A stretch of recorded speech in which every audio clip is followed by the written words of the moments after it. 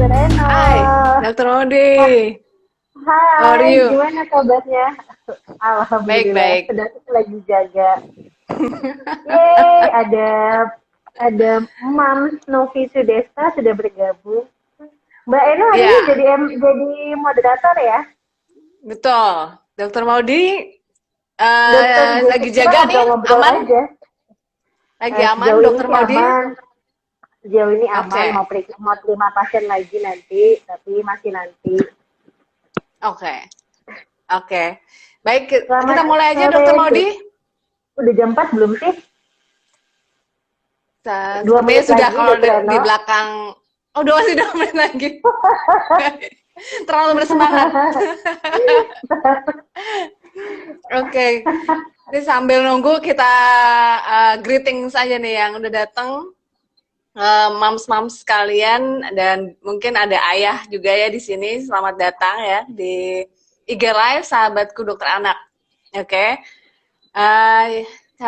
Jadi sore ini kita akan membicarakan tentang COVID ya Dokter Maudi. Nah, mungkin Betul, sebelum Dokter Eno. memulai saya perkenalkan dulu ya Dokter Maudi ini adalah Dokter Madeline Jasin.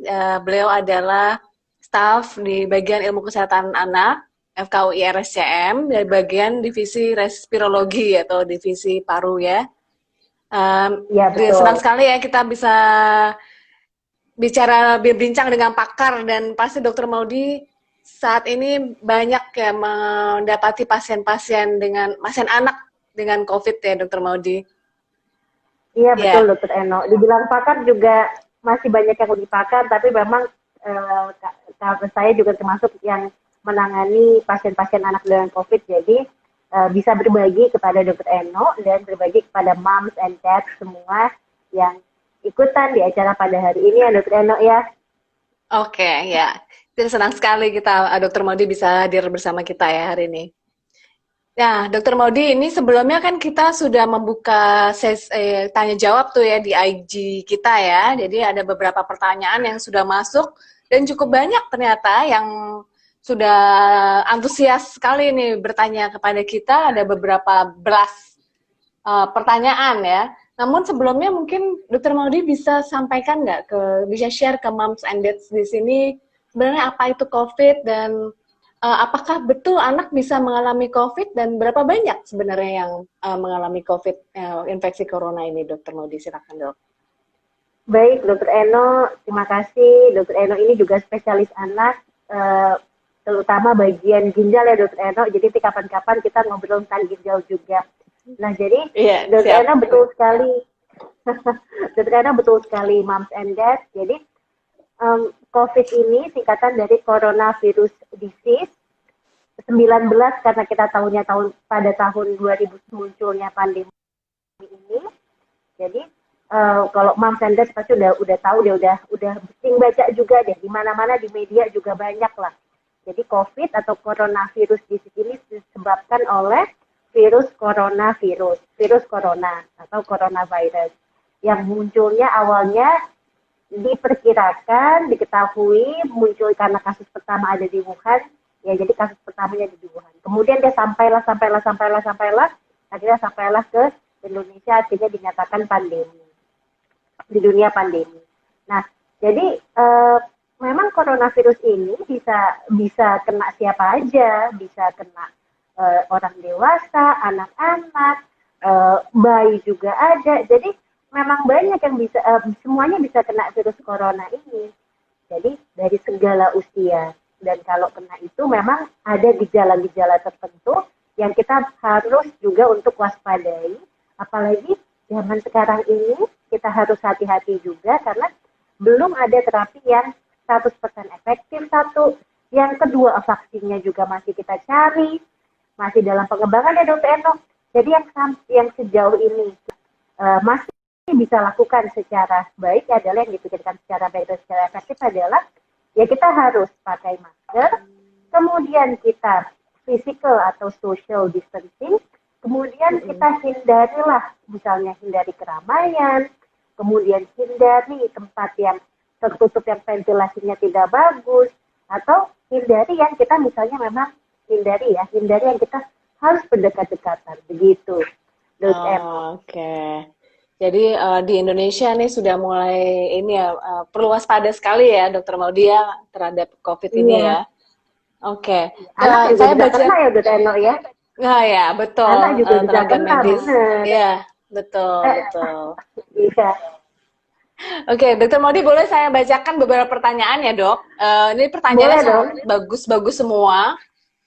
Mungkin Ya, saya kelompokkan aja, kita jadi satu beberapa pertanyaan ini. Yang paling banyak pertanyaan mengenai gejala, Dok. Dok, gejala iya. COVID ini, apa ciri-ciri anak yang terkena COVID-19? Apa yang Mm-mm. membedakannya dengan dewasa? Mungkin itu dulu, Dok.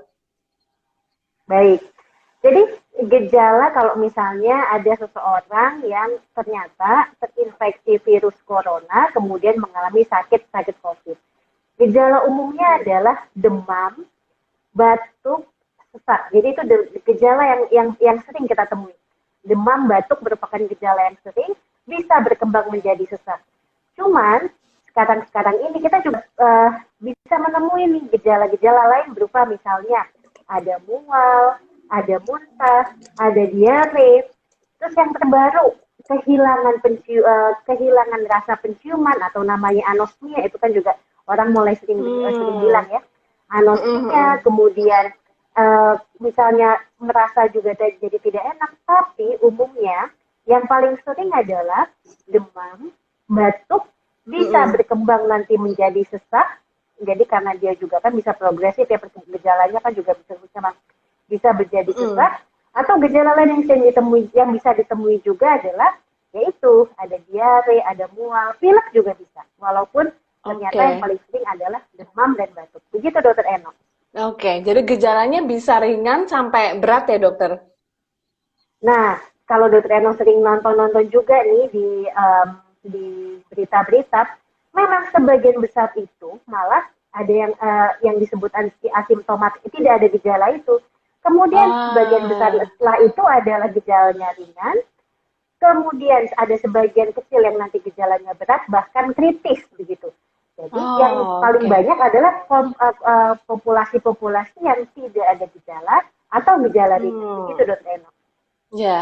Jadi justru yang orang-orang yang apa anak-anak yang tanpa gejala ini ya, yang mesti sangat kita harus perhatikan ya. Artinya tetap segala sesuatu Tidak hanya harus anak ya, preventif ya. Ya, tidak anak hanya dan anak, tapi dewasa mom juga. and dad juga tentu dewasa juga begitu Dokter Eno. Oke, baik. Sangat paham.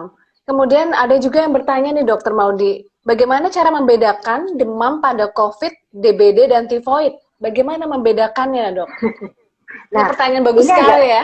baik. Pertanyaan bagus banget ini mom and dad ini sangat-sangat kritis semuanya nih. Jadi memang sekarang ini coronavirus ini kan dia ini ya apa namanya baru ya. Jadi masih banyak juga ahli-ahli yang meneliti. Jadi masih banyak juga yang menjadi pertanyaan di virus di coronavirus disease atau COVID ini.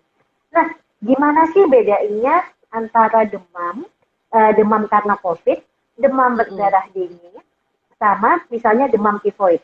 Nah, memang ini sosok gampang. Maksudnya gini, kalau kita mau tahu soal seseorang itu COVID atau enggak, yang utamanya atau standarnya adalah ya tentu harus menjalani pemeriksaan swab yang diambil sampel dari hidung atau dari mulut, kemudian kita periksa kumannya itu ada apa enggak, COVID-nya, virusnya itu apa ada apa enggak, itu pemeriksaan swab. Itu yang paling baik untuk membedakan ini apa, yang ini sebabnya apa. Nah, coba kita kalau misalnya nih, sekarang kita mesti bedain antara demam karena COVID, demam karena demam berdarah, sama demam karena tifoid. Oke, kalau satu-satu ya, walaupun ini cuman ini bukan ini cuman ancer-ancer aja. Jadi Ya. maksudnya gini, kalau karena COVID, kalau karena tifoid biasanya yang utamanya adalah biasanya dia kena anak-anak yang lebih gede, jadi bukan kena anak-anak bayi, bukan kena anak-anak yang dia masih makannya di rumah yang bagus begitu ya, belum jajan. Biasanya kena anak-anak yang lebih gede, kemudian dia gejala saluran cernanya utama, gejala mual, muntah, mencret utama.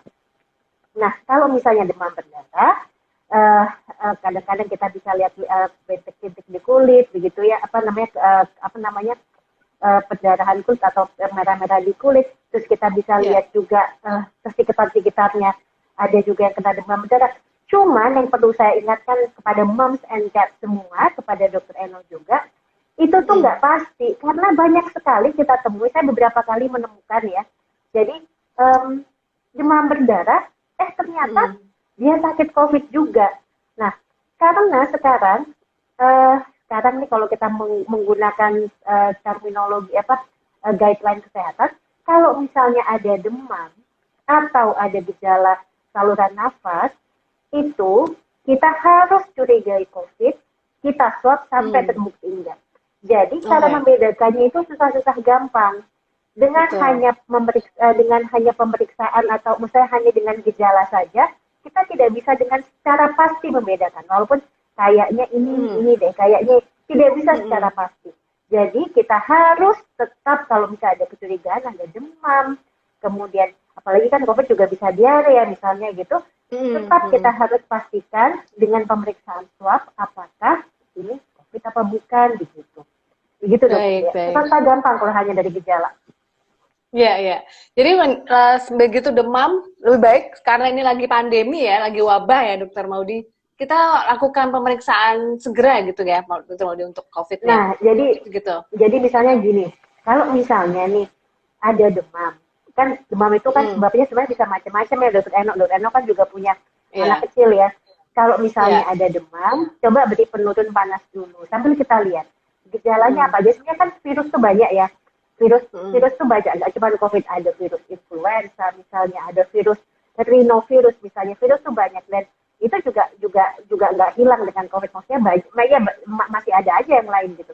Kalau ada anak moms and dads demam, jadi yang harus dilihat adalah gimana nih dia dikasih penurun panas gimana, apa gejala lainnya, apakah ada tanda-tanda bahaya. Nah ini yang penting, apakah ada tanda-tanda bahaya, misalnya anaknya males minum, males makan, lemes banget, atau dia misalnya buang air besar berulang-ulang sampai dia sampai dia lemes banget. Nah, ada tanda-tanda bahaya itu perlu dibawa ke rumah sakit. Nah, tapi kalau misalnya anaknya demam, terus kemudian ada batuk, terus bisa coba dikasih penurun panas dulu, obat-obat yang biasa, terus dia membaik ya sudah, tapi tetap dia harus di rumah isolasi. Jadi jangan jalan-jalan dulu, jangan kemana-mana dulu, apalagi kan zaman sekarang kita juga memang lagi PSBB lagi ya Dokter Eno ya kalau di Jakarta ya, begitu. Betul. Nah kalau misalnya ada kecurigaan kontak, misalnya gini, ada anak demam, terus kemudian mom ingat, oh iya ya, kayaknya kemarin tuh kontak sama misalnya ada pamannya yang sekarang lagi dirawat karena atau diketahui sakit COVID atau lagi sakit COVID.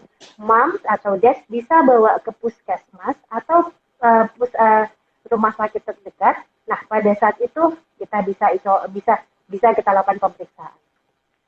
Jadi coba berikan tata laksana di rumah. Tapi kalau misalnya ada tanda-tanda bahaya atau tidak membaik, misalnya dalam waktu 3 hari gitu ya, menetap 3 hari, boleh silakan dibawa ke rumah sakit untuk pemeriksaan lebih lanjut. Begitu, Dut Eno. Semoga jelas. Ya, sangat dimengerti. Nah, tadi kan membicarakan demam ya. Nah, demam pada COVID. Kalau gejala lain gimana, Dokter Maudy?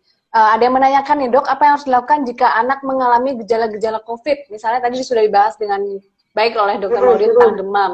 Kalau batuk atau sesak bagaimana, Dok? Mungkin ada saran, Dok. Kalau misalnya moms and dads menemukan anaknya ada demam, ya moga-moga bukan anaknya deh ya, misalnya menemukan nih demam, batuk, sesak. Nah, kondisi seperti itu merupakan kondisi yang memang harus dibawa ke pusat kesehatan untuk dilihat apa yang terjadi. Karena tidak semuanya menilai sesak atau enggak itu susah moms and dads. Jadi mungkin perlu dokter untuk melihat ini kondisi apa. Jangan-jangan dia kondisi yang memang perlu oksigen dan lain-lain. Nah, jadi kalau memang ada kondisi itu segera bawa ke pusat kesehatan. Ke puskesmas juga boleh. Nanti di sana akan dievaluasi. Bila perlu nanti dievaluasi lebih lanjut untuk ke arah COVID atau dilakukan pemeriksaan swab, nanti dari rumah sakit akan membantu untuk memfasilitasi misalnya. Atau misalnya merujuk ke tempat yang bisa melakukan pemeriksaan tersebut. Begitu, Mam Tenda. Oke ya, jadi harus diperhatikan tanda-tanda kegawatan ya dok. Tadi seperti sesak napas ya. Atau Iya, mungkin kebiruan ya, kalau misalnya sesaknya sangat berat ya dok ya. iya. Ada Iya. kebiruan di mana? Di mulut misalnya begitu Iya, ya dokter iya Eno ya. Kita betul. misalnya kulitnya agak Betul. kebiruan begitu. Atau misalnya Hmm. kok ya tadi nggak baik-baik 3 hari kok masih ada demam, masih ada ini anaknya nggak enak tuh, ya silakan dok ke Mm-mm. rumah sakit untuk lebih lanjut diperiksa gitu ya dokter Eno ya. Mm-mm. Ya. Oke, ini ada juga pertanyaan bagus nih Dokter Maudi. Apa ciri-ciri anak yang terkena COVID tanpa gejala? Nah, dan bagaimana Nah, mengetahui anak menjadi OTG? Wah, ini apa COVID yang nah tanpa gejala, bagaimana mengetahuinya, COVID Dok? tanpa gejala. Nah, kalau tanpa gejala tentu kita lebih susah ya, Mom and Dad. Ini Ya. namanya juga tanpa gejala, nggak ada gejala apa-apa. Nah, itu yang lebih Mm-mm, susah. mm-mm. Kapan biasanya kita curiga? Kita curiga kondisi-kondisi ini biasanya kalau misalnya kita ketahui ada orang dewasa atau orang di sekitarnya yang Oh, diketahui sakit. oke. Ya, Misalnya, jadi ada kontak ya, misalnya Dok ya? nih, Mm-mm. betul ada kontak. Yang sering nih dokter Eno nih begini, eh, saya pernah beberapa kali dapat kasus ini. Kakeknya ternyata sakit sakit COVID gitu, Mm. sakit COVID Mm. terus sedang dirawat di rumah sakit. Kan biasanya kan pemeriksaan swab itu kan ada waktu ya, jadi nggak langsung habis swab besoknya langsung jadi. Ada sih yang begitu, tapi ada juga yang butuh waktu misalnya 2 hari begitu. Terus Ya. positif. Nah biasanya habis itu kita langsung nih screening orang serumah nih, kita cari Mm. kontak dekatnya siapa aja, dan biasanya bisa aja ada Oh. ketahuan, oh ternyata ini nih positif nih, misalnya anaknya Mm-mm. positif nih, tetapi nggak ada gejala. Nah kalau nggak ada gejala ketahuannya biasanya begitu dokter Eno, dari kontak. Makanya Oh. penting sekali untuk melakukan Mm. investigasi kontak atau kontak tracing. Itulah yang kita lakukan di rumah sakit, di pemerintahan juga oleh Dinkes atau Dinkes juga. Jadi kontak tracing itu penting. Apabila ada satu yang sakit, kita cari siapa yang mungkin terkena atau Mm-mm. terinfeksi. Bisa-bisa yang tanpa gejala itu bisa juga menularkan. Karena dia nggak ada gejala, dia nggak tahu, padahal dia ada virusnya. Nah itu yang kita Mm. harus cari, dan kalau ketahuan, isolasi berarti harus dibatasi Oh ya, pergerakannya. Begitu dokter isolasi Eno. ya. Nah, Iya. mengenai isolasi, Dokter Modi kita menyambung ya. Bagaimana Mm-mm. isolasi, apa itu sebenarnya isolasi dan bagaimana langkah-langkahnya nih untuk anak-anak ya dok ya? Mohon saran dok. Nah, jadi begini dokter Eno ya. Jadi kalau sekarang itu kan ada peraturan gubernur ya, peraturan gubernur. Hmm. Kalau misalnya sekarang yang positif dia isolasinya di Wisma Atlet, atau misalnya ada di tempat-tempat isolasi yang sudah disediakan oleh pemerintah, atau ada hotel juga, ada beberapa Mm-mm. yang itu isolasi. Isolasi itu maksudnya gimana? Isolasi itu begini loh dokter Eno. Um, yang sakit membatasi kontaknya atau dipisahkan kontaknya dengan Mm-mm. orang-orang lain yang masih sehat supaya tidak menyebar virusnya dan Ya. menyebabkan penyakit ke orang lain. Jadi dibatasi kontaknya, namanya isolasi, dia sendirian Mm-mm. dulu atau terpisah dulu. Sampai dia akhirnya sehat, sampai akhirnya virusnya dikalahkan oleh daya tahan tubuhnya atau dengan dibantu dengan obat-obatan juga, begitu. Sampai akhirnya Mm. virusnya sudah tidak ditemukan lagi di saluran nafasnya, begitu. Jadi intinya adalah Mm. dipisahkan dulu kontaknya, tidak bertemu dulu dengan orang lain yang masih sehat, jadi Mm-mm. namanya isolasi. Nah, baiknya memang kalau ada di Jakarta, peraturan gubernurnya itu adalah, ya itu ya dokter Eno ya, di Oke. Wisma Atlet Ya. atau dia memang ke hotel-hotel atau tempat-tempat tertentu yang sudah ditentukan. Begitu dokter Oke. Eno. Ya. Anak juga. Kalau anak-anak gimana dok? Kan harus Ya ditemani ya kalau dok ya? betul, kalau anak pasti kalau sendiri, Mm-mm. anaknya pasti nangis udah dipisah sama sama mom and dadnya. Jadi anak-anak harus ditemani tentunya begitu. Tapi intinya begitu ya. Jadi memang harus dipisahkan Mm-mm. dulu dari orang-orang yang Oke. sehat sampai dia bagus dan virusnya tidak ditemukan lagi gitu. Oke, ya. Siap, sudah jelas, Dok.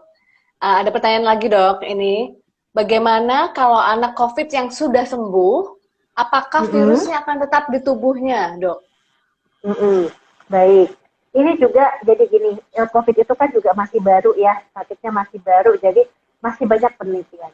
Yang sejauh ini yang kita masih ketahui adalah kalau misalnya nih, eh, kalau misalnya dia ini sudah COVID, sudah sembuh, virusnya sih tidak ditemukan lagi. Jadi maksudnya adalah salah satu yang kita anggap sembuh adalah apabila kita tidak temukan lagi virusnya. Jadi virusnya tidak ditemukan lagi, tapi kita harapkan sudah ada daya tahan tubuh yang muncul atau antibodi yang paling enggak bisa beberapa bulan. Tapi virusnya sih enggak. Virusnya enggak. Harapannya memang yang timbul adalah antibodi, tapi bukan virusnya. Oke. Begitu, Dokter Eno. Baik. Oh, ada pertanyaan ini dari Dokter Dea menanyakan, bagaimana kan membedakan demam biasa atau demam gejala COVID? Demam biasa atau demam COVID, Dok? Mungkin ada perbedaannya, Dok. Nah, demam itu merupakan gejala. Jadi, demam itu bisa disebabkan oleh banyak hal. Banyak sekali yang bisa menyebabkan demam. Karena infeksi virus, infeksi bakteri, banyak infeksi yang bisa menyebabkan demikian.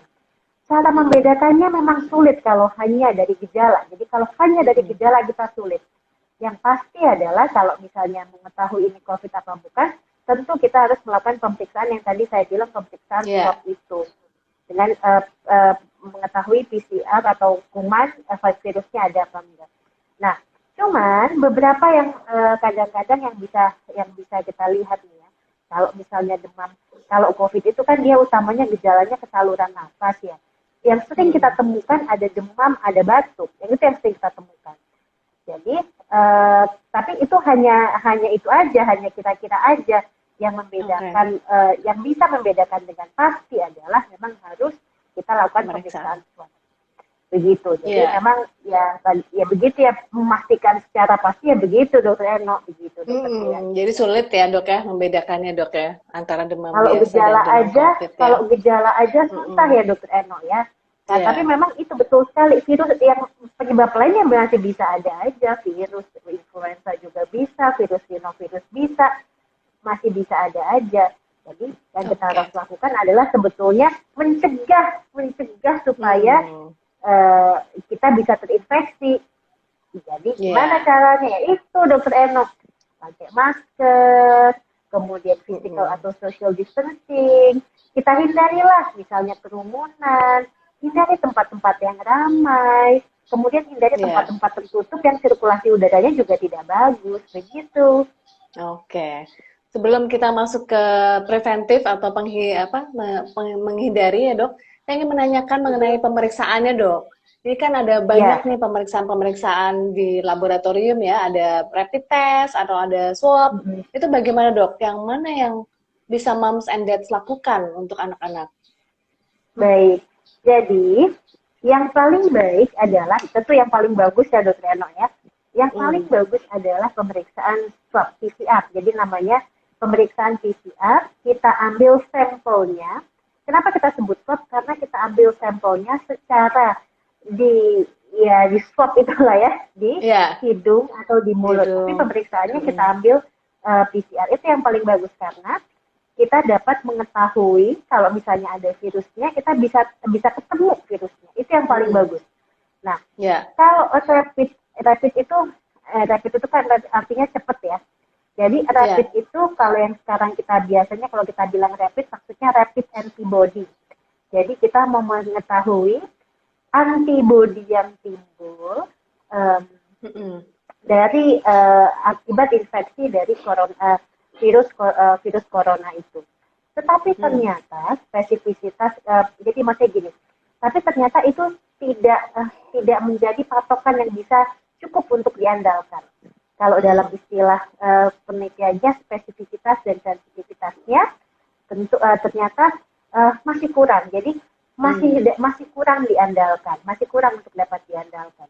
Jadi yang paling baik adalah memang untuk pemeriksaan dan untuk menegakkan diagnosis secara pasti, yaitu dengan pemeriksaan PCR yang diambil dengan menggunakan swab dari hidung dan dari mulut. Tapi sekarang makin kesini saya rasa ya, Dokter Eno ya, di dunia ini penelitian juga makin bertambah. Jadi orang-orang banyak melakukan inovasi-inovasi untuk melakukan pemeriksaan diagnosis ya, supaya lebih mudah, lebih cepat, dan lebih ya lebih mudah, lebih cepat dan lebih nggak sakit gitu misalnya. Iya. Dapatnya juga enak gitu, lebih enak dilakukan gitu. Jadi penelitian dan pengembangan tentu terus dilakukan, dan saya juga selalu menantikan bagaimana selanjutnya nanti apakah ada cara lain yang bisa kita lakukan untuk menegakkan diagnosis COVID ini dengan lebih cepat dan lebih mudah, begitu Dokter Eno. Betul, ya. Saya juga baca yang mengenai pemeriksaan lewat napas pasien, Dok. Ya, jadi ya, tapi itu masih dalam tahap penelitian. Ya, belum bisa kita bicarakan di sini ya, Dok ya. Ada banyak sekali yang dari saliva atau dari air ludah, kemudian dari napas, begitu ya. Banyak sekali yang masih yang terus dikembangkan. Itu adalah indahnya ilmu pengetahuan dan indahnya inovasi-inovasi yang dilakukan oleh saintis-saintis atau peneliti-peneliti, dan kita semua tentu menunggu. Tapi untuk sekarang yang paling baik dalam menegakkan diagnosis COVID tentu adalah PCR yang sampelnya diambil saat ini dari swab atau di swab itu diusap ya, berarti dari hidung dan dari mulut. Begitu Dokter Erna. Oke, ya sangat jelas Dok. Ada pertanyaan Dok, ini dari Dokter Ihsan Dok. Bagaimana memberikan ASI pada bayi yang ibunya positif COVID? Jadi ibunya positif COVID, nah beri ASI-nya gimana Dok? Sebelum saya jawab, saya mau halo Dokter Ihsan, udah lama ya. Dokter Ihsan tuh teman kita juga Dokter Eno ya. Udah lama. Betul.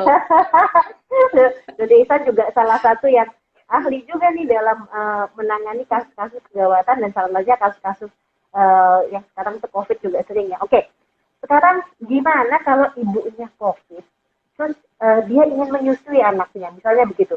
Nah, sampai sekarang penelitian atau bukti-bukti yang menunjukkan virus COVID ada di dalam ASI belum kuat. Jadi maksudnya adalah kalau ibunya COVID, terus dia mau menyusui, boleh. Memang kalau yang saya baca, kalau misalnya kita ragu, kita bisa kasih ASI perah.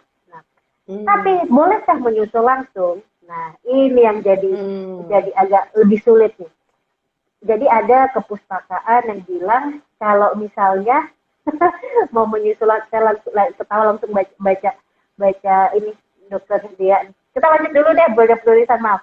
Jadi ada ada yang bilang gitu ya, ada yang bilang kalau misalnya ibunya COVID terus dia mau menyusui, boleh langsung, tetapi ibunya juga harus pakai masker lah, pokoknya pakai alat pelindung diri yang baik juga, supaya jadi kan virus corona itu ada di saluran nafas ya. Jadi kalau ibunya nafas aja, ngomong aja, ada batuk-batuk, dia bisa menulari ke bayinya. Yang kita takut tuh begitu sebetulnya. Tapi dari ASI-nya belum tentu. Malah belum nggak ada buktinya. Tapi dengan dia nempel, dengan dia nanti kemudian nafas, ngomong apa, ya kan kalau orang nyusui kan nggak mungkin sambil diem aja begitu kan ya Dokter Eno ya. Mungkin dia ajak bayinya ngomong, mungkin dia nyanyi buat bayinya atau apalah, ngomong sama ini. Terus ada batuk lagi, mungkin ibunya lagi COVID, nah itu yang kita takut dia menularkan ke bayinya. Jadi harus ada pelindung-pelindung yang tentu harus sesuai supaya tidak menularkan itu. Tetapi kalau misalnya kita ragu, yang disarankan adalah ya kalau bisa sebaiknya ASI perah diberikan kepada bayi. Begitu Dokter. Oh, baik. Oke, ini jadi pertanyaan ASI dari itu bukan kontraindikasi ya. Jadi ASI tetap harus diberikan. ASI merupakan minuman terbaik untuk bayi. Siap. Oke. Nah, dan pokoknya yang penting preventif ya Dok ya, seperti mungkin masker yang benar pemakaiannya atau pakai face shield juga ya Dok ya. Okay. Kalau saya sarankan ASI perah. Ini ada Dokter Disti Ayu. Dokter Disti Ayu itu adalah salah satu yang ahli menangani kasus-kasus COVID pada bayi-bayi, terutama bayi baru lahir. Jadi yang paling baik adalah kalau ibunya COVID dia menyusui, mungkin yang paling aman ASI perah kali ya, begitu. Baik, oke. Baik, Dokter Maudi, ada pertanyaan berikutnya Dok dari Dokter Dia lagi Dok. Ini genose apa ya? Ya, genose itu apa ya Dok? Dokter Dia ini sangat sangat aktif sekali dalam bertanya hari ini ya. Baik, sebetulnya saya juga baru tahu. Saya tadi bacanya Genos tadi saya bacanya Genose ya. Nggak tahu. Jadi Mungkin saya ginos baru ya. baca. Jadi saya bacanya tadi Ginos. Terima kasih Dokter Ihsan tadi udah bilang Dokter Ihsan. Terima kasih dok, jelas sekali terima kasih Dokter Ihsan. Oke, jadi tadi saya bilang kan, sekarang banyak sekali inovasi-inovasi peneliti-peneliti melakukan mencari cara paling mudah, paling baik untuk mendapatkan sampel dari untuk mendiagnosis COVID. Karena kan yang kita lakukan sekarang kita dengan swab ya, kita memang masih melakukan dengan swab, kemudian kita periksa PCR-nya begitu. Nah, tapi kan PCR kan agak susah tuh kita swab, kita mesti ambil usapan hidung, usapan dari tenggorok, itu kan juga tentu lebih sulit ya. Nah, ada beberapa penelitian, salah satunya ini adalah si Genose ini. Genose ini yang saya baca ini adalah lagi dikembangkan di tempatnya Dr. Eno sekolah kan dulu ya, dan tempatnya Dr. Eno ngajar, bukan sih Dr. Eno? Dr. Eno itu ngajar di Universitas Gajah Mada Jogja toh. Jadi maksudnya adalah dia ingin, yang saya tahu ya Dr. Eno ya, saya mungkin masih kurang dalam membaca mengenai genos atau genos ini. Jadi dia itu dari hembusan nafas, kemudian dia mau periksa, mau lihat, tapi detailnya bagaimana saya masih perlu baca lagi. Tapi jadi dia dari hembusan nafas yang dia mau lihat. Mungkin nanti partikel virus atau bagaimana saya juga nanti harus perlu baca lagi. Satu lagi yang lagi dikembangkan dari saliva atau dari apa namanya air liur. Air liur ya? Iya, itu juga masih lagi dikembangkan begitu Dokter Eno. Mungkin Dokter Eno lebih tahu karena tempatnya. Kebetulan belum tahu banyak dok, tapi memang teman sejawat kita ya, dokter anak juga yang turut mengembangkan Ginos ini. Jadi nanti kita tunggu ya penjelasan berikutnya ya. Kita tunggu ya Dokter Eno ya. Ya, oke. Ini dok, ada pertanyaan berikutnya dok. Kalau tanda-tanda menurut usia ada perbedaan nggak dokter? Anak saya umur 6 dan 7 tahun. Anaknya ada 2 dok, umur 6 dan 7 tahun. Mungkin ada perbedaan tanda-tanda di setiap umur dok? Baik, jadi gini, yang saya baca ini ya, ternyata gejalanya itu nggak terlalu banyak berbeda untuk antara anak sama dewasa. Tetapi memang ada yang lebih dominan. Misalnya nih, di dewasa yang lebih dominan itu batuk, kemudian demam, kemudian nanti ada pegel-pegel, otot-otot sakit, apa segala macam, ada mual muntah. Tapi yang dua utama adalah batuk, kemudian demam. Tetapi kalau di anak ternyata yang lebih dominan adalah demam, kemudian batuk.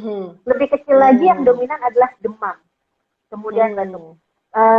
Jadi gejalanya sebetulnya antara anak sama dewasa itu dia nggak jauh beda. Yang dominan adalah kalau nggak ada antara demam, batuk, ada juga nanti yang berkembang berat menjadi sesak tentunya begitu, atau radang paru-paru. Tapi antara dua itulah demam, batuk. Tapi tentu jangan dinafikan karena saya beberapa kali ya mendapat kasus dia demam, muntah-muntah gitu, kemudian sampai lemes gitu ya, ada diare juga. Batuknya ternyata nggak terlalu dominan begitu. Ternyata ini memang positif untuk COVID begitu. Jadi salah satu gejala yang lain adalah demikian begitu Dokter Emma. Iya, oke ya. Jadi tergantung juga, misalnya semakin besar kan semakin bisa mengungkapkan apa yang dirasakan ya dok, misalnya anosmia atau tidak bisa mencium ya, kan lebih bisa mengungkapkan daripada anak yang lebih kecil. Dewasa dia lebih gampang untuk bilang, oh ya saya nggak bisa napas, nggak bisa mencium ya. Kalau anak tentu dia nggak terlalu vokal dalam bilang itu, begitu betul loh. Iya, baik. Nah ada pertanyaan juga dok ya, pertanyaan juga bagus. Apakah benar COVID tidak berbahaya pada anak karena sistem imunnya yang masih baik? Karena imun anak lebih baik, jadi tidak terlalu berbahaya, benar nggak dok? Baik, jadi yang ditanyakan oleh Mams itu begini.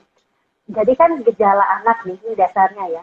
Anak sama dewasa tampaknya gejala anak itu lebih nggak berat dibanding dewasa, lebih ringan dibanding dewasa.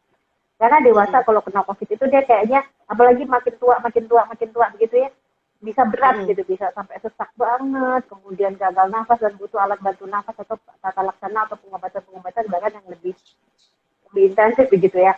Tapi kalau anak kok makin kecil gitu, makin ini dia gejalanya demam, batuk, tapi dia nggak terlalu berat begitu. Walaupun ada beberapa kasus, berapa persen itu ya ini apa namanya berat begitu ya. Nah, tapi sedikit aja itu hanya sekian persen. Nah, apa namanya? Apakah itu disebabkan oleh sistem imunnya yang lebih yang masih bagus? Bukan, malah kebalikannya, Mam. Jadi gejala-gejala anak yang lebih ringan itu ternyata mungkin karena sistem imunnya yang masih kurang matang atau masih masih dibanding dewasa itu dia masih kurang matang. Jadi maksudnya gini, pada dewasa gejalanya berat karena sistem imunnya sudah matang. Jadi kalau saya tuh suka saya suka diajarin guru saya membayangkan sistem imun atau sistem kekebalan tubuh itu seperti polisi-polisi atau kopassus-kopassus yang melawan penjahat. Nah, pada saat ada virus masuk, polisi-polisi itu atau kopassus-kopassus itu melawan virus-virus itu, anggap aja itu sistem imun itu polisi atau polisi digebukin tuh si virus, digebukin, dihancurin gitu. Sampai akhirnya pas dia menghancurkan itu, tentu ada keluar apa namanya sel-sel radang yang membuat gejalanya jadi lebih berat. Jadi tentu apa namanya lebih berat begitu. Nah, sementara pada anak dia nggak begitu. Sistem imunnya atau kekebalan tubuhnya polisi atau kopassusnya itu masih belum banyak, masih belum matang. Jadi dia nggak terlalu menimbulkan karena beratnya itu adalah sebetulnya karena tubuh kita merespons, kemudian mengeluarkan sel-sel radang atau sel-sel yang kemudian menimbulkan gejala-gejala yang berat itu. Jadi mengeluarkan berbagai macam zat-zat radang yang menimbulkan kerusakan-kerusakan yang lebih berat. Tapi kalau anak nggak begitu, malah karena dia belum terlalu matang, itu jadi kerusakan-kerusakan terjadi malah tidak seberat dewasa. Itu yang pertama. Yang kedua, jadi kalau virus masuk dia kan harus nempel sampai jadi dia bisa menimbul gejala itu dia harus nempel dong, harus nempel sama sesuatu. Kemudian dia baru nanti menimbulkan gejala. Nah, harus nempel itu dia harus nempel nemunya harus yang pas gitu, jodohnya harus ada gitu. Jadi virus masuk, dia harus nempel pada sesuatu namanya reseptor yang pas gitu, baru bisa menimbulkan gejala. Pada anak ternyata reseptor itu belum terlalu banyak. Reseptor kalau Moms and Dad suka baca yang disebut ACE2 pada anak tuh belum banyak. Jadi dia tidak seberat itu menimbulkan gejala pada dewasa. Aduh, moga-moga nggak terlalu ngebingungin nih dokter ada penjelasannya nih. Jadi sebetulnya ya karena iya dokter nggak terlalu ngebingungin begitu. Jadi pada anak gejalanya lebih ringan karena dua hal itu ya, moga-moga nggak terlalu bingungin. Kalau mungkin tolong ditanya lagi ya Mams, mohon maaf ini kok. Ya boleh nanti Moms and Dad kalau masih belum ada yang jelas boleh ditanya lagi ya di komennya ini atau bertanya di dalam layar ini, silakan. Nah, tadi Dokter Maudi mengatakan mengenai sistem imun yang belum matur ya. Nah, apakah benar kalau yang COVID tuh justru terkena pada anak-anak yang punya penyakit kronik, Dok? Seperti pasien-pasien saya ya, Dok ya. Kan banyak penyakit kronik ya. Bagaimana, Dok? Ini jadi gini, dokter. Jadi begini. Jadi kan tadi kan saya bilang bahwa pada anak itu kan gejalanya nggak terlalu berat ya. Nggak terlalu berat. Jadi banyak kan malah nggak ada gejala atau nggak terlalu berat, ringan atau nggak terlalu berat. Tetapi ternyata memang dari penelitian biasanya yang COVID itu kan bisa berat ya, ada juga yang berat, itu biasanya terjadi pada anak-anak yang dia udah punya penyakit sebelumnya. Penyakit misalnya punya pasien-pasien Dr. Eno, ada penyakit ginjal sebelumnya, yang paling sering penyakit jantung, ada penyakit jantung, dasar penyakit jantung sebelumnya. Yang apabila ada virus, kemudian dia menimbulkan peradangan, tentu pada anak-anak dengan udah ada penyakit sebelumnya dia tuh bisa lebih berat karena badannya tentunya dibanding anak yang lain sudah ada keterbatasan. Jadi tentu itu menimbulkan kondisi yang lebih berat. Jadi biasanya manifestasinya lebih berat pada anak-anak yang sudah punya penyakit sebelumnya yang kronis. Sakit ginjal, sakit paru, sakit jantung, begitu dok. Ya, justru itu yang lebih berat ya dok ya, kalau sudah ada penyakit sebelumnya ya. Baik. Betul dokter. Ya, ada pertanyaan dokter, ini dari dokter Dea, katanya ada pertanyaan titipan. Dok, rapid test itu bagaimana? Apa tetap harus swab? Jadi karena kalau misalnya dia sudah rapid, apakah tetap harus swab? Bagaimana dok? Oke, baik. Ini dia sudah rapid anaknya gitu? Anaknya sudah rapid. Betul, ini babysitternya dok. Katanya Oh, babysitter. babysitter Oh, hanya oke. rapid Oh, saja, apakah harus swab? ini penting ini untuk moms nih, penting buat kita nih. Jadi itu biasanya terkait hubungannya dengan babysitternya baru mau masuk atau baru Mm-mm. pulang kampung gitu kan ya. Oke. Jadi Betul, begini, betul. ini saya jadi begini. Em, yang paling baik tentu swab ya, Mams ya. Yang paling baik tentu swab. Kenapa? Karena yang tadi saya bilang dengan rapid itu dia eh, reliabilitasnya atau apa ya, akurasinya itu masih kurang, masih masih kita tuh Mm. masih ada area yang kita masih ragu-ragu kalau hanya dengan rapid test Mm-mm. karena Mm. dia menilai antibody dan itu masih kurang lah akurasi atau kita yakinnya tuh masih kurang. Tentu memang harus baiknya adalah kita PCR atau Swab. kita swab. Mm-mm. Nah, Mm. tapi misalnya begini, jadi saya pernah baca suatu ini ya artikel ya. Misalnya nih babysitter baru pulang kampung, terus dia balik lagi ke Mm-mm. rumah kita nih. Tentu kan kita Mm-mm. harus ini dong 14 hari kita ini ya dokter dokter Eno ya kita isolasi namanya kita isolasi. Kalau misalnya tentu rapid sama swab beda harga dong. Itu kan Ya. agak itu kan pertimbangan kita ada pertimbangan lah kita milih apa siapa milih.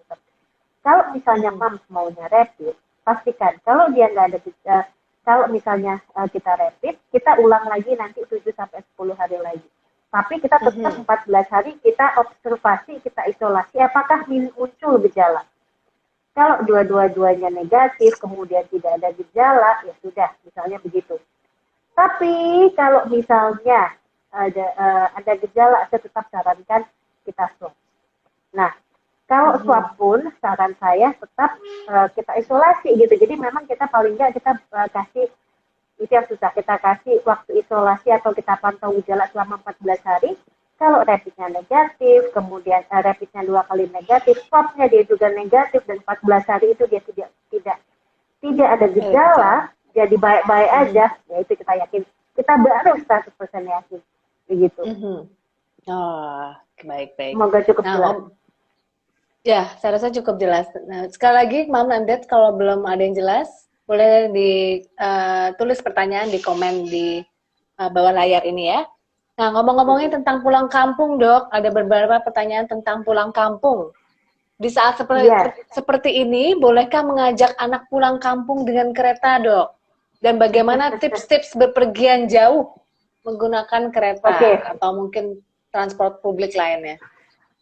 Kalau saya sekarang anjurannya kita tentu dia akan mengikuti apa yang saat ini sedang terjadi di tempat kita ya Dr. Eno ya. Kalau di Jakarta saat ini kita sedang PSBB, pembatasan sosial berskala besar begitu ya. Jadi oleh Ya. karena itu saya mengikuti anjuran yang sedang diberlakukan. Kalau bisa sebaiknya tidak keluar rumah dulu, tidak menggunakan transportasi publik bila tidak perlu. Jadi kita melakukan pembatasan dalam beraktivitas karena kasus kita sedang tinggi, begitu. Jadi anjurannya adalah ya kalau bisa ya jangan dulu dibawa pulang kampung. Kita membatasi aktivitas dulu sesuai yang saat ini berlaku di tempat kita ya Dokter Eno di Jakarta, begitu anjurannya. Kalau saya demikian. Tapi kalau misalnya begini ditanya tadi ya, aduh nih dok kepepet nih dok ada 1-2 hal segala macam ternyata dia harus naik kereta kemudian harus dibawa orang tua yang naik kereta karena ada satu dan lain hal yang sudah tidak bisa dihalangi lagi, maksudnya udah nggak bisa diundurin lagi, dihindari lagi begitu dok Eno. Nah kalau begitu ya misalnya ya itulah ya. Kalau begitu tentu kita harus melakukan hal-hal yang tadi. Jadi pakai masker lah, boleh kita tambah pakai face shield. Face shield itu tambahan ya, itu bukan yang utama ya. Jadi pakai masker, tambahannya bisa pakai face shield. Kemudian kita hindari kerumunan, jangan terlalu ramai. Misalnya lagi ngantri apa segala kita coba hindari. Kemudian kita bawalah hand sanitizer, rajin-rajin cuci tangan, bilang sama anak jangan terlalu banyak pegang-pegang ini, pegang-pegang itu, kemudian hindari megang-megang muka, karena kita nggak tahu tangan kita ada virus atau enggak, terus kita megang muka, megang hidung, megang mulut, virusnya bisa masuk dari sana. Jadi anjurannya adalah kalau misalnya bisa jangan dulu pergi, kita hindari, tapi kalau misalnya udah pilihannya udah nggak bisa lagi deh, ya kita lindungi diri kita, kita pakai alat pelindung diri yang baik, secara tepat, rajin cuci tangan, jangan pegang-pegang, kalau kita udah pegang cuci tangan, kemudian kita hindari kerumunan orang. Nah, sambil kita mengobservasi, kalau misalnya nanti suatu saat dalam jangka waktu beberapa hari atau itu kita ada timbul demam, batuk, tentu kita harus memeriksakan diri ke rumah sakit untuk selanjutnya diperiksa, dipastikan apa yang terjadi begitu. Baik. Ya, jadi sarannya sebenarnya tidak keluar rumah ya, Dok. Sebenarnya ya. Kalau sekarang betul Dr. Eno. Kalau sekarang sarannya adalah karena kita juga mengikuti anjuran pemerintah untuk melakukan pembatasan dalam beraktivitas, mari kita keluar rumah apabila dibutuhkan. Kalau bisa kita melakukan aktivitas di dalam rumah bersama anak-anak yang mampu ya. Lihat di Sahabatku Dokter Anak, apa yang harus dilakukan, misalnya kita mendingan playdate sama anak di rumah atau kita beribadah di rumah dan lain-lain. Iya, betul. Ya, kebetulan di IG kita kan sudah kita share ya tips-tips apa yang bisa kita lakukan selama COVID ini ya. Jadi nanti coba Moms and Dad silakan dilihat IG di Sahabatku Dokter Anak. Ya, kemudian Dok, mengenai preventif ya Dok ya, ada banyak pertanyaan mengenai vaksin Dok. Apakah COVID itu ada vaksinnya? Dan kapan Dok adanya? Terus kalau ada, apakah harus suntik gitu Dok? Baik, terima kasih Dokter Eno. Jadi menurut saya memang vaksin ini sangat ditunggu-tunggu, yang nanti bisa membuat kita lebih bebas lagi dalam menjalani hidup setelah pandemi ini adalah dengan vaksin salah satunya. Maksudnya adalah vaksin itu adalah salah satu upaya untuk melindungi tubuh kita dari virus corona supaya kita tidak sakit, supaya kita tidak mudah sakit atau tidak sakit berat, intinya begitu. Kita semua menunggu-nunggu kapan. Ya, sekarang banyak yang sudah mengembangkan, banyak perusahaan-perusahaan di Indonesia juga ada yang juga sedang melakukan uji klinis gitu atau trial. Kapan adanya kita juga tentu menunggu-nunggu, harapannya yang moga-moga tidak lama, tapi tentu itu juga saya juga tidak tahu kapan pastinya. Harapannya adalah moga-moga sebelum 2021 atau 2021 awal kita sudah bisa mendengar berita baik tentang pengadaan vaksin tersebut. Dan apakah harus suntik? Nah, jadi begini. Nanti kita lihat, karena terus terang mengenai vaksin ini, yang dilakukan uji coba adalah baru pada dewasa. Baru pada dewasa yang saya tahu. Jadi nanti kita lihat, apakah harus suntik? Nanti kita tunggu pengumuman dari pengembangan vaksin yang terjadi, keamanannya bagaimana, efektivitasnya bagaimana. Itu nanti kalau misalnya ternyata efektif dan baik untuk dilakukan, nanti kita akan tentu dari pemerintahan atau Departemen Kesehatan atau dari Badan Kesehatan Dunia atau World Health Organization WHO tentu akan mengumumkan, dan pada saat itu apabila anjurannya divaksin, mari kita lihat kalau memang baik dan memang disarankan menjadi salah satu upaya untuk menghindari, mari kita mengikuti anjuran dari nanti pemerintah atau dari World Health Organization atau organisasi dunia yang berfokus untuk kesehatan itu. Tapi nanti kita lihat untuk umur berapa dulu, karena sekarang trialnya adalah setahu saya masih pada dewasa. Masih dewasa ya Dok ya? Dan juga dibatasi yang umur-umur aktif ya Dok kalau nggak salah vaksinnya ya? Belum yang geriatri itu juga belum kalau nggak salah. Nanti kita lihat dulu Dr. Eno, karena tujuan sebetulnya ada beberapa populasi yang kalau misalnya bagus kita kasih duluan nih, misalnya pada orang yang ternyata misalnya tenaga kesehatan yang beresiko, yang ketemu pasiennya juga yang COVID juga ya lumayan gitu ya. Jadi nanti ada populasi misalnya orang-orang yang lebih tua, nanti kita lihatlah bagaimana hasilnya. Betul. Begitu Dr. Eno. Ya, ada pertanyaan Dok dari Mams nih. Dok mau tanya, kalau masa pandemi boleh nggak bayi baru lahir kita bawa pakai pesawat? Apakah perlu APD? Kalau ya APD apa untuk bayi baru lahir, Dok? Mungkin anak yang lebih kecil agak lebih susah ya, Dok ya, di bawah 2 tahun Oh mungkin, Dok. iya, Bagaimana APD, Dok? itu tentu sekali lagi, Mam, anjurannya adalah kalau bisa nggak dibawa-bawa kemana-mana, atau kalau bisa memang tidak keluar-keluar dulu, ya tentu tidak keluar-keluar dulu ya, Mam. Ya, itu anjuran utamanya sebetulnya. Kan utamanya demikian. Nah, tapi kalau bayi baru lahir nih, kenapa ya harus dibawa? Misalnya ada satu dan lain hal lah, harus dibawa keluar menggunakan pesawat lagi. Pertama tentu nanti Mam juga harus kasih tahu kan ke apa namanya, ke maskapainya yang membawa bayi, itu kan tentu kan juga itu pertimbangan khusus juga. Nah, APD apa yang harus dikasih ke bayi? Nah, buat bayi ini susah-susah gampang nih. Susah-susah gampang maksudnya begini. Masker tentu nggak bisa dikasih bayi. Tentu masker nggak ada buat bayi. Face shield juga tidak dianjurkan buat bayi, apalagi bayi baru lahir.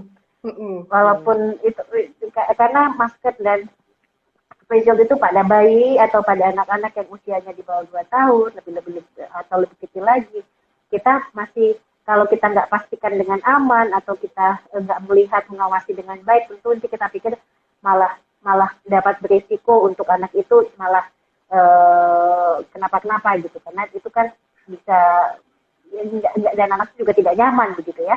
Jadi buat bayi sendiri itu tidak ada masker atau tidak ada face. Jika memang bisa pakai penutup misalnya kereta penutup dan lain-lain. Tapi orang dewasanya juga tentu harus orang dewasanya lah yang harus melindungi diri, harus menggunakan masker dan pelindung yang baik. Kenapa? Kalau orang dewasanya kan virus itu kan bisa keluarnya dari saluran pernafasan. Misalnya orang dewasanya ngomong, batuk atau segala macam, ya dia bisa menularkan. Tapi kalau dia pakai masker kan tentu kan nggak menyebar-nyebar. Jadi yang bagus adalah yang orang dewasanya tentu sekitarnya yang harus menggunakan pelindung yang baik. Kemudian anaknya sih kalau bayi ya enggak. Cuman itu sekali lagi itu enak. Masa sekarang ini marilah kita pikir sejuta kali. Kalau kita harus keluar rumah, apalagi membawa anak-anak untuk keluar rumah, kepentingannya apa? Maka kita ikuti anjuran yang saat ini adalah kita membatasi aktivitas, membatasi untuk keluar rumah, sebisa mungkin kita beraktivitas di dalam rumah. Tentu nanti ada bagian-bagian yang harus kerja, ya kerja. Tapi kalau kita ternyata tidak, ya di rumah dan aktivitas di dalam rumah. Begitu, Dokter Eno. Oke, ya. Juga soalnya ini menyambung ke beberapa pertanyaan lain, Dok. Kayak misalnya anak usia 14 bulan, Dok, anak saya nggak mau pakai masker. Dilepas terus gimana ya, Dok? Nah, itu agak susah ya, Dok, kalau umur-umur kecil, Dok ya. Oh iya, betul, Dokter Eno. Kalau di bawah 2 tahun, di bawah 2 tahun itu memang susah pasti. Dan beresiko malah kita pikir banyak halnya, takutnya begitu. Lebih-lebih lagi, virus juga susah. Jadi, ya kalau misalnya dia tidak mau pakai masker, lanjutannya adalah udah jangan dibawa kemana-mana, keluar-keluar dulu. Biarkan dia di dalam rumah atau di lingkungan yang aman, yang bersih, yang nggak banyak ketemu orang, yang nggak banyak keramaian. Kok usah dibawa dulu? Ya dia nggak usah pakai masker kan dalam rumah begitu. Ya begitu anjurannya, Dokter Eno. Begitu Mas, mudah-mudahan begitu ya Mas ya. Sebentar ya. Ya, Dokter Maudi. Sebentar ini. Gak apa, Dokter Eno. Ya mungkin ada tadi kan ingin menyapa ya, ada yang lagi bermain-main di dalam rumah. Bagus Dokter Eno, jadi bermain-bermain bersama Mams ya di dalam rumah. Baik. Oke. Sebentar. Rehan, kepes dulu sana. Ya, jadi aduh, sebentar. Ya. Gak apa-apa Dokter Eno, ini waktunya kayaknya sebentar lagi juga sudah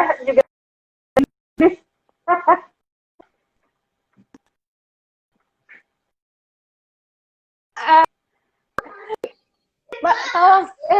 Ya. Mas Rehan. Wah, Rehan lagi main apa sama Mam? Bagus sekali ya menghabiskan waktu quality time di dalam rumah ya, Dokter Eno ya. Ya, betul.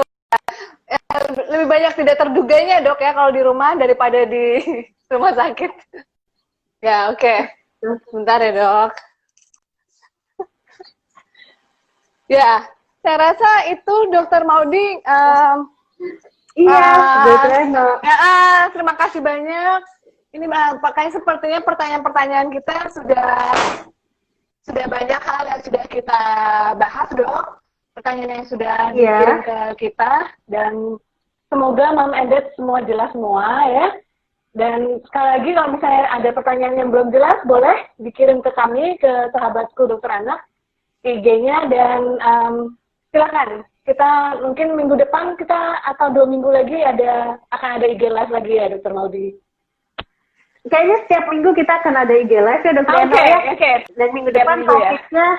Dan minggu depan topiknya adalah mengenai gawat daruratan pada anak ya, kalau saya nggak salah ya. Oh iya. Pertolongan pertama di rumah.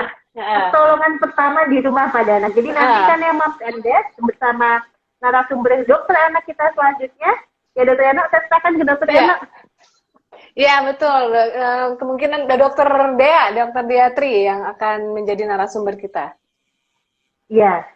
Aduh nggak sabar menantikan itu. Oke. Ya, terima kasih banyak Dokter Maudi sekali lagi atas pembahasan-pembahasan yang luar biasa ya. Semoga lain kali kita bisa bertemu lagi di kesempatan yang berikutnya, Dokter Maudi. Terima kasih banyak Dokter Eno, terima kasih banyak Moms and Dad. Semoga yang dibagi pada hari ini dapat bermanfaat untuk Moms and Dad. Mohon maaf apabila ada salah-salah kata ya Dokter Eno ya. Oke, ya mohon maaf ya kalau ada yang salah-salah kata juga. Ya, selamat siang selamat sore Dokter Maudi, selamat bertugas kembali. Ini sedang jaga di RSCM Dokter Maudinya. Semoga sehat ya Dok. Iya, Dokter Eno juga, Moms and Dad juga, semoga semua sehat. Semoga kita dapat melalui pandemi ini. Amin ya Rabbal Alamin.